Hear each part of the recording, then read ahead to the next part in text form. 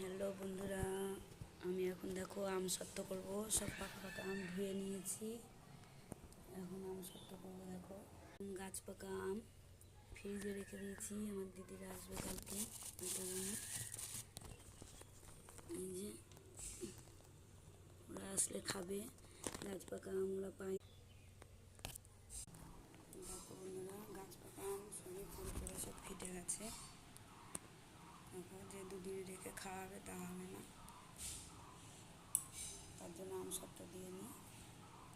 আমি কাটতে বসে গেছি, কেটে কী করে করছি তোমাদের দেখাচ্ছি। এই যে বন্ধুরা, আমার আমের পেস্ট করা হয়ে গিয়েছে। এখন এই মিক্সচার মেশিনে দিয়ে পেস্ট করে নিব, দিয়ে আম সত্ত্ব দেবো। কেটে ওইটুকু গুঁড়া বেরিয়েছে। এই যে বন্ধুরা, আমার আমের পেস্ট করা হয়ে গিয়েছে। এখন একটু জাল দিয়ে নিচ্ছি। জাল দিলে অনেকটা ভালো হয়, তাড়াতাড়ি শুকিয়ে যায়।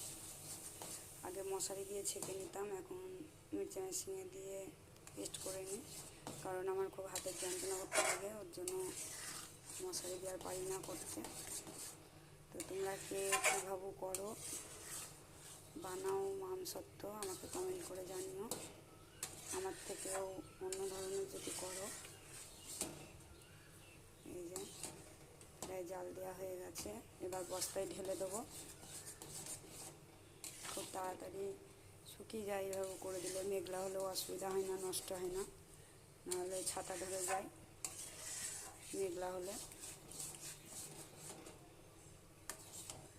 আমার আম সত্ত্ব দেওয়া হয়ে গিয়েছে দেখো। তো বন্ধুরা, আমার আম সত্ত্ব দেওয়া কমপ্লিট। তো কেমন হয়েছে তোমরা কমেন্ট করে জানিও।